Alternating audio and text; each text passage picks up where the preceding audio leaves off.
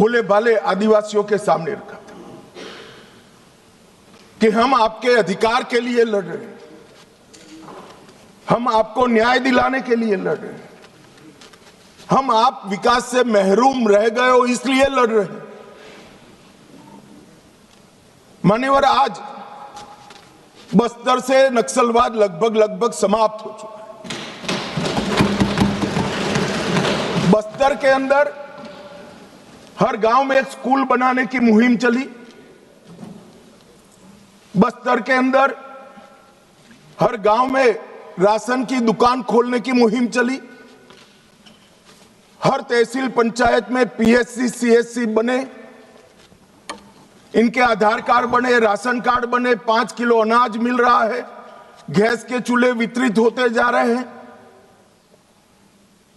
मैं इतना ही पूछना चाहता हूं, नक्सलवाद की जो लोग यहां पर वकीलात कर रहे थे उनको, कि ये 70 से अब तक क्यों नहीं मिला।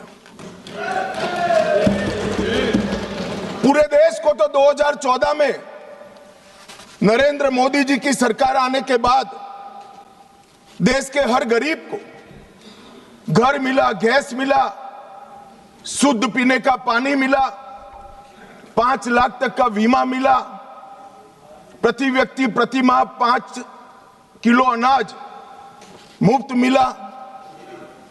ये बस्तर वाले क्यों छूट गए थे?